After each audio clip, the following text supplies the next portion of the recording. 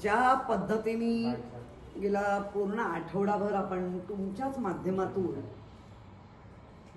मराठवाड्याची दृश्य पाहतोय, मन हेलावून टाकणारी दृश्य,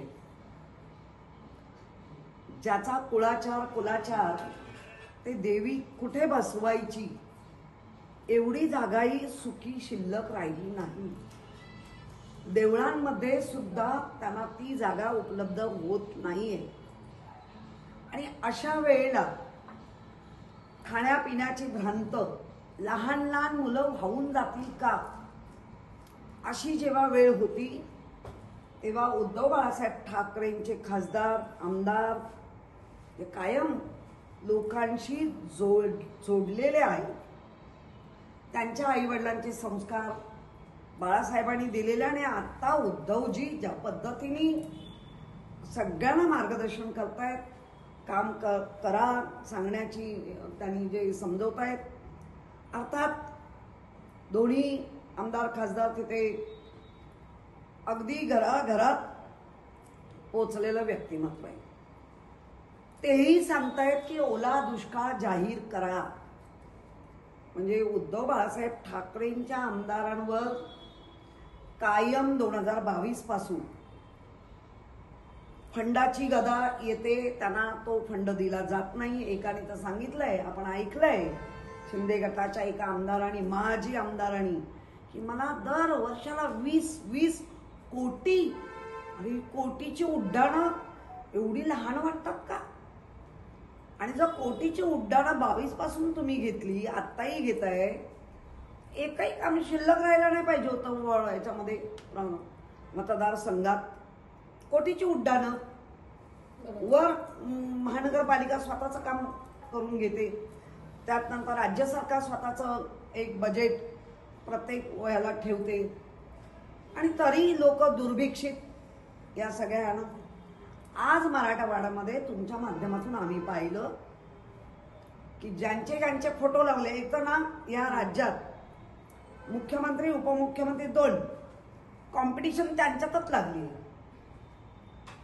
आणि तुमच्या माध्यमातून मला दिसलं, कळलं की फोटो छापलात, आम्ही तुमची मदत घेत नाही, परत पाठवली. काय तो स्वाभिमान शेतकऱ्याचा,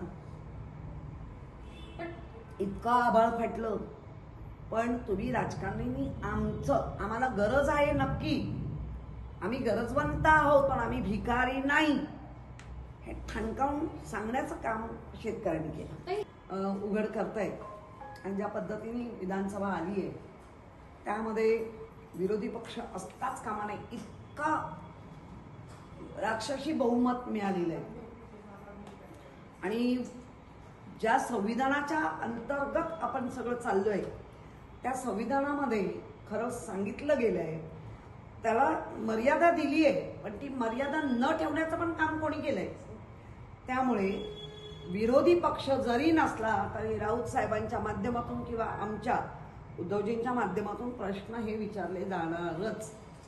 शिवाजी महाराजांचा फोटो आहे, दुसरीकडे श्रीरामांचा फोटो आहे, आणि खाली नथुराम गोडसेंचा फोटो लावण्यात आलेला आहे, आणि डेबिट कार्ड आहे त्याच्यावर कमळ लावण्यात आलेला आहे. बघा, आता इतक्या मरण अवस्थेत असताना सुद्धा फोटो टाकून जर देताय, हे काय सगळं महाराजांचा अपमान आहे, सगळ्यांचाच अपमान आहे. म्हणजे इथे अपमानापलीकडे ह्या राज्यात काही होत नाही. शिवाजी महाराज पार्क येथे असलेल्या अश्वारूढ पुतळ्याची दुरावस्था झालेली बघायला मिळत आहे. पुतळ्याचा रंग हा पूर्णपणे निघून गेलेला आहे, मात्र शासनाचं दुर्लक्ष आहे.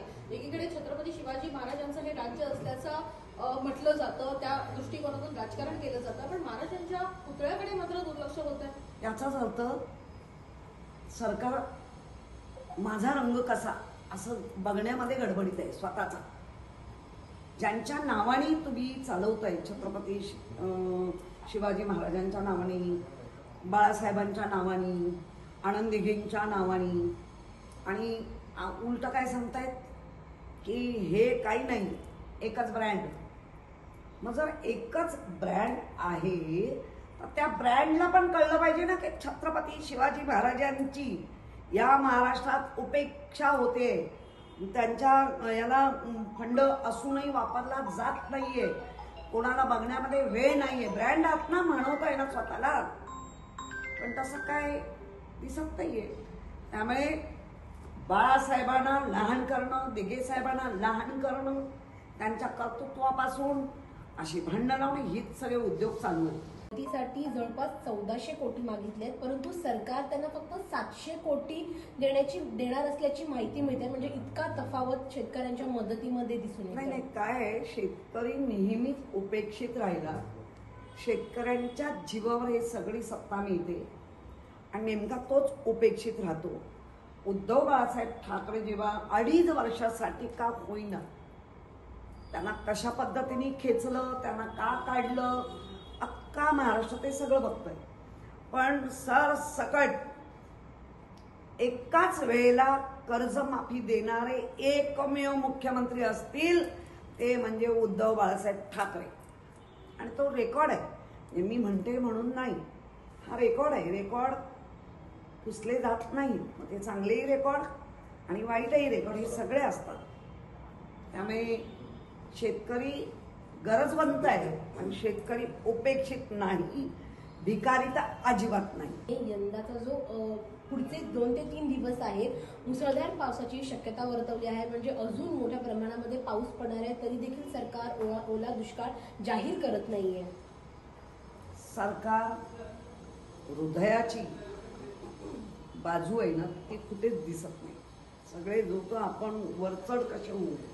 संवेदनशील सरकार असलं पाहिजे, लोकांची निगडीत असलं पाहिजे. ते आता फक्त बोलाचा भात, बोलाची कडी, ओके असं चाललेलं आहे. शेवटचा प्रश्न की महाराष्ट्रामध्ये जे काही नवीन प्रोजेक्ट असतात किंवा काही नवीन ट्रेनचं वगैरे, यावेळेस केंद्रीय मंत्री किंवा अगदी पंतप्रधानांपासून केंद्रीय गृहमंत्र्यांपासून सगळे मंत्री महाराष्ट्रात पाहायला मिळतात. मात्र पुरं आल्यानंतर अशी परिस्थिती असताना केंद्रातले कुठले नेते महाराष्ट्रात पाहायला मिळत नाही आणि त्याच्याबद्दल केंद्रात ना इथना महाराष्ट्रामधना खूप फोणाफोणी, आमंत्रण, आग्रह आता नाही करत आहेत. उलट त्यांनी यायला पाहिजे.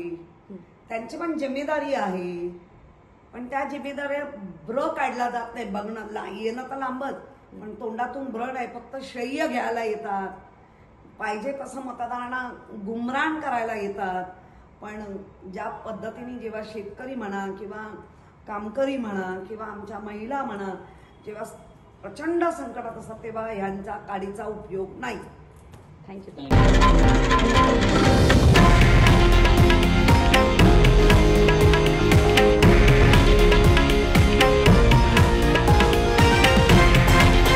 हे आहे देशातील नंबर 1 न्यूज नेटवर्क आणि आपण पाहत आहात TV9 मराठी, एकमेव.